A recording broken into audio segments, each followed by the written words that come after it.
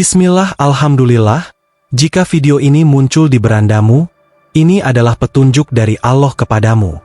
Setidaknya, sempatkanlah menulis sholawat kepada Nabi di kolom komentar, insya Allah bisa menjadi bukti kecintaan kita untuk mendapat syafaat kelak di akhirat. Assalamualaikum warahmatullahi wabarakatuh. Harapan dan doa saya, sahabatku semua yang menonton video ini senantiasa diberikan kesehatan, panjang umur, dilapangkan rezekinya, dimudahkan dalam setiap urusan, diampuni semua dosa-dosanya dan dikabulkan semua hajatnya. Sahabat beriman yang dirahmati Allah, mungkin kita semua pernah bertanya pada diri sendiri, mengapa hidup kita seolah-olah susah, rezeki terasa sangat jauh? Kesusahan demi kesusahan datang silih berganti, seolah hidup ini tidak berpihak pada kita. Sedangkan ketika kita melihat orang lain, hidup mereka tampak mudah, rezekinya lancar, dan hidupnya terlihat bahagia. Lalu, muncullah rasa iri yang disertai dengan pemikiran negatif. Kita mulai mencurigai orang lain dengan asumsi seperti, jangan-jangan uang yang dia hasilkan dari korupsi, atau jangan-jangan dia menipu orang lain, bahkan, jangan-jangan dia bersekutu dengan jin pesugihan. Hilangkan sifat iri dalam diri dan mari kita mengoreksi diri masing-masing. Apakah kesusahan yang kita alami, termasuk kurang lancarnya rezeki, disebabkan oleh tindakan kita sendiri? Padahal kita tahu bahwa Allah Subhanahu wa Ta'ala tidak akan menganiaya hambanya. Allah Subhanahu wa Ta'ala selalu mempermudah jalan hambanya. Namun, mengapa rezeki masih terasa sulit datang kepada kita? Sahabat beriman yang dirahmati Allah Subhanahu wa Ta'ala, perhatikan 9 hal berikut ini. Siapa tahu di antara kita masih ada yang melakukannya. Yang pertama, sholat yang tidak lengkap. Sholat adalah tiang agama dalam Islam, dan merupakan kewajiban yang harus dilakukan 5 kali sehari. Ketika seseorang hanya mengerjakan sebagian dari salat wajib ini, misalnya hanya 3 waktu, maka ia meninggalkan kewajiban yang sangat penting. Sholat adalah bentuk ibadah langsung kepada Allah Subhanahu wa Ta'ala, dan merupakan sarana untuk mendekatkan diri kepadanya. Ketika kita tidak melengkapi sholat, kita seolah-olah mengabaikan panggilan Allah Subhanahu wa Ta'ala untuk beribadah, dan ini bisa menyebabkan rezeki kita menjadi sulit. Allah Subhanahu wa Ta'ala menjanjikan rezeki kepada hamba-hambanya yang taat, dan menjalankan perintahnya dengan penuh kesungguhan. Oleh karena itu, penting bagi kita untuk menjaga sholat 5 waktu dengan disiplin. Lebih baik lagi jika kita bersegera menunaikan salat begitu mendengar azan, karena ini menunjukkan keinginan kita untuk mendekat kepada Allah Subhanahu wa Ta'ala. Yang kedua, kemusyrikan atau berbuat syirik. Syirik adalah dosa terbesar dalam Islam, yang berarti menyekutukan Allah Subhanahu wa Ta'ala dengan sesuatu selainnya. Ini bisa berupa benda, tempat, manusia, atau bahkan konsep. Misalnya, ada orang yang percaya bahwa sebuah benda keramat atau jimat tertentu bisa membawa rezeki, kesehatan, atau keselamatan. Padahal, hanya Allah Subhanahu wa Ta'ala yang memiliki kekuasaan mutlak atas segala sesuatu, termasuk rezeki. Mempercayai bahwa benda atau kekuatan lain dapat memberikan apa yang hanya bisa diberikan oleh Allah Subhanahu wa Ta'ala adalah sebuah bentuk syirik. Ketika seseorang melakukan syirik, dia menempatkan sesuatu yang lain setara dengan Allah Subhanahu wa Ta'ala, dan ini adalah dosa yang sangat besar. Karena itulah, Allah Subhanahu wa Ta'ala bisa saja menahan rezeki dari orang tersebut hingga dia kembali bertauhid dengan murni, meyakini bahwa hanya Allah Subhanahu wa Ta'ala yang memberi rezeki. Jika rezeki datang melalui seseorang atau sesuatu, misalnya pekerjaan yang baik atau bantuan dari teman, kita harus menyadari bahwa semua itu adalah sarana yang Allah Subhanahu wa Ta'ala gunakan untuk menyampaikan rezekinya. Oleh karena itu, berterima kasihlah kepada Allah dan jangan bergantung pada sarana tersebut, melainkan kepada Allah Subhanahu wa Ta'ala semata. Yang ketiga, menyakiti hati orang tua. Orang tua memiliki hak yang sangat besar dalam Islam. Keridhaan Allah Subhanahu wa Ta'ala sangat tergantung pada keridhaan orang tua, dan begitu pula kemurkaan Allah Subhanahu wa Ta'ala tergantung pada kemurkaan orang tua.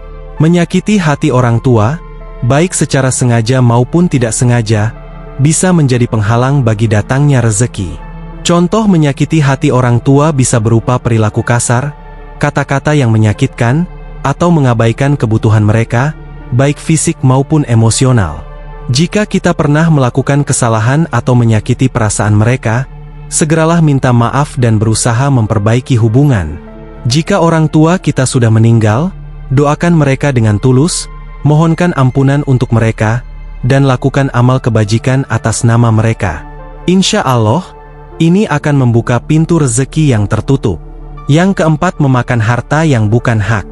Semua harta yang kita miliki tidak sepenuhnya menjadi milik kita. Dalam Islam, ada hak orang lain, seperti fakir miskin dan anak yatim, dalam rezeki yang kita peroleh. Allah Subhanahu wa Ta'ala telah menetapkan kewajiban zakat sebesar 2,5% dari penghasilan kita untuk mereka yang membutuhkan. Ketika kita tidak menunaikan kewajiban ini, kita sebenarnya memakan harta yang bukan hak kita. Harta yang tidak dizakati atau digunakan dengan cara yang salah bisa menjadi sumber kesulitan hidup. Rezeki yang kita dapatkan bisa terasa berat, cepat habis, atau tidak membawa berkah. Oleh karena itu, selalu pastikan untuk menyisihkan bagian dari rezeki kita untuk berzakat dan bersedekah. Ini tidak hanya membersihkan harta kita, tetapi juga membuka pintu rezeki yang lebih luas. Yang kelima adalah berdagang tidak jujur. Kejujuran adalah prinsip dasar dalam Islam, termasuk dalam berdagang.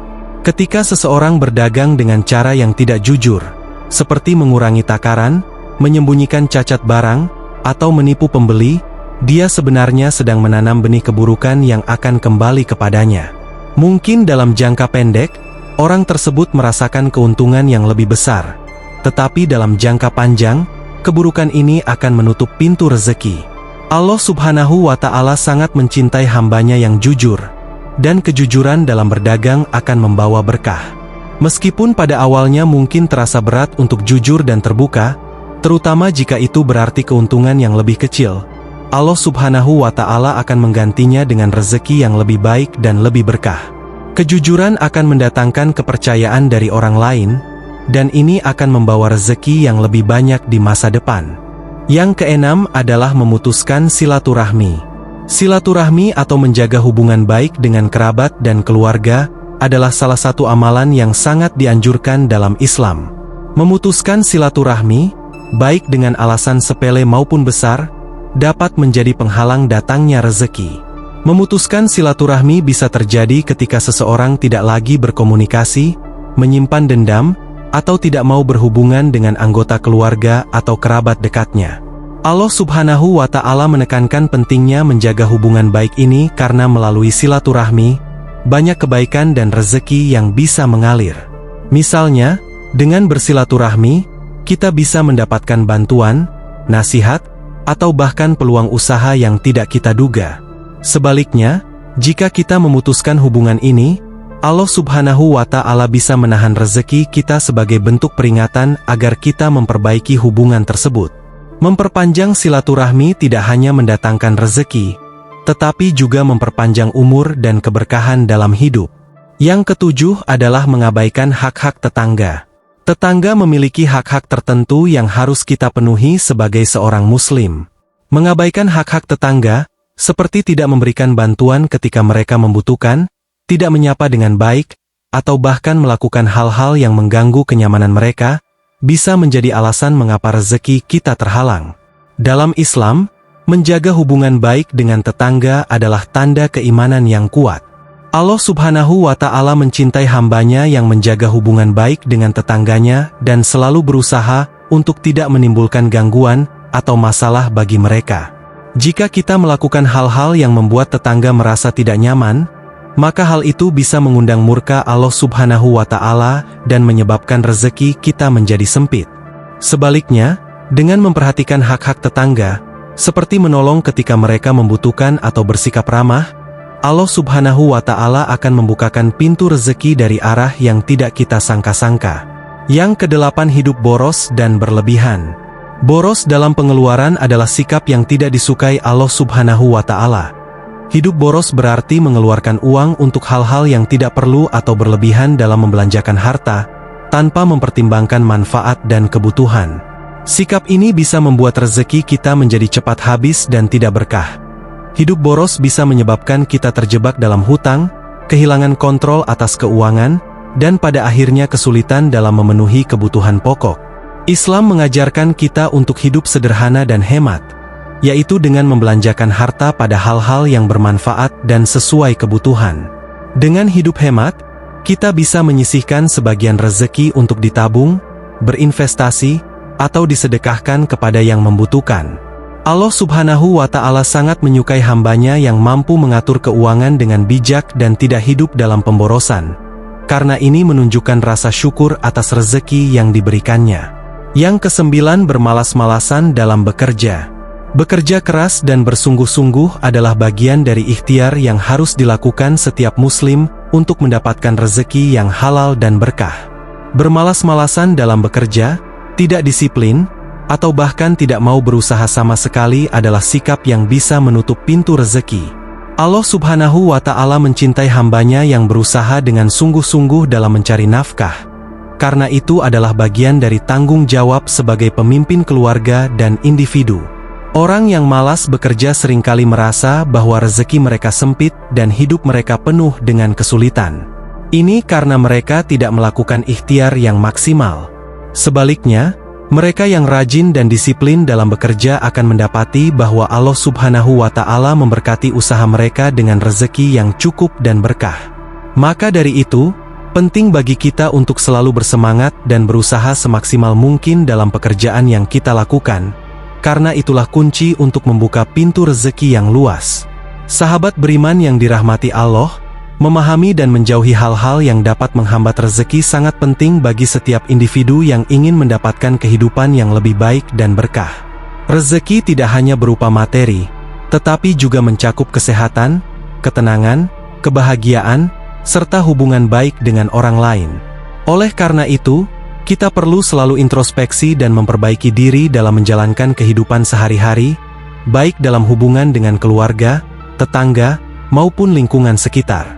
Menjaga hubungan silaturahmi, memperhatikan hak-hak tetangga, tidak hidup boros, dan bekerja keras adalah beberapa langkah konkret yang bisa kita lakukan untuk membuka pintu rezeki.